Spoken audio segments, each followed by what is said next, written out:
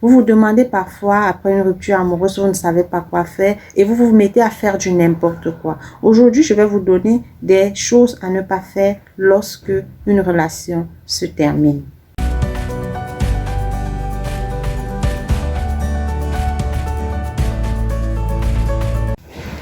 Je reçois généralement des femmes en séance de coaching et je me rends compte qu'elles commettent beaucoup d'erreurs. Des erreurs à ne pas commettre lorsqu'il y a une rupture amoureuse. Aujourd'hui, je vais vous citer quelques-unes. La liste n'est pas exhaustive justement, mais retenez ce que j'ai à vous dire aujourd'hui. Ok? La première des choses à ne pas faire, c'est de vivre dans le passé. Oui, parler du passé, mettre trop de focus sur des erreurs que ne vous aidera vraiment pas à passer à autre chose. Cela va vous ralentir.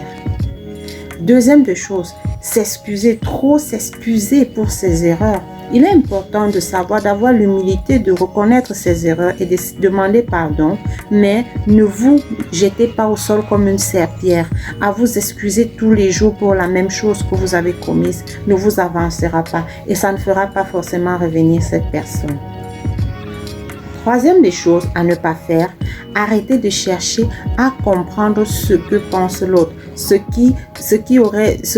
que pense l'autre du fait que la relation ne soit plus ou alors ce qu'il fait même de sa vie. Arrêtez de faire cela, ça ne vous avance à rien. Quatrième chose, arrêtez de comparer son comportement avant et après la rupture. C'est très important. En début de relation, chacun se présente toujours sur son meilleur jour.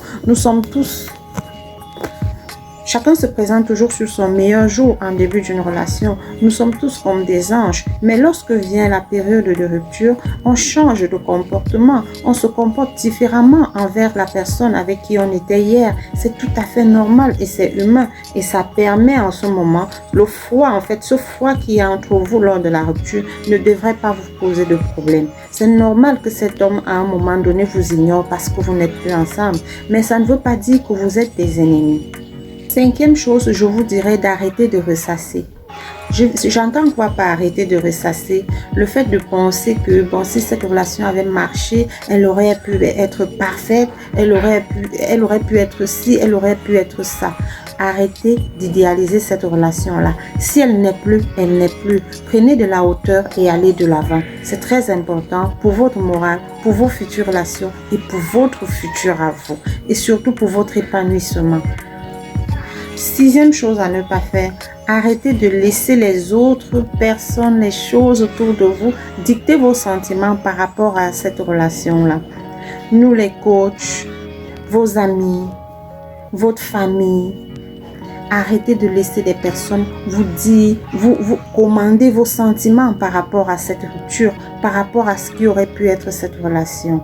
Vous êtes la seule personne à savoir ce qui est bien pour vous, ce que vous voulez réellement ou ce que vous ne voulez plus.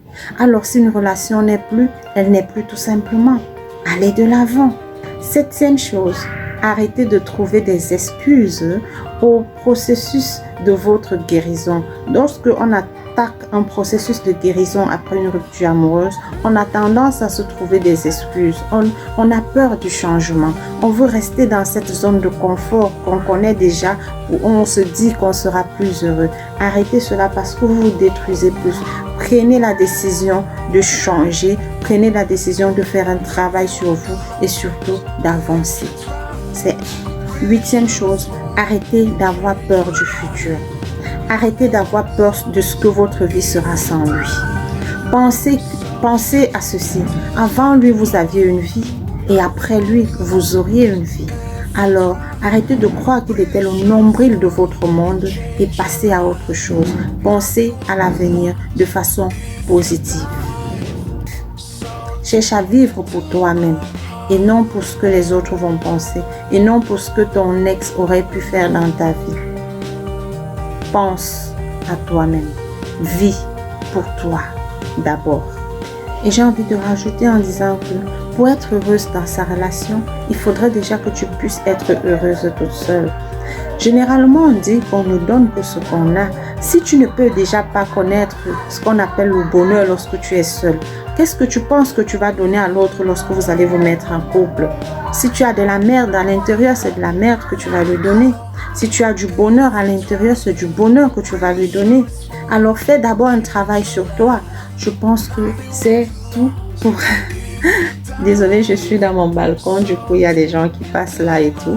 Alors c'est tout pour cette vidéo. Surtout laissez un commentaire, laissez un like, partagez, parce que je suis sûre qu'autour de vous il y a des personnes qui souffrent des ruptures amoureuses et qui font des erreurs, qui font ces erreurs là et ne guérissent pas facilement.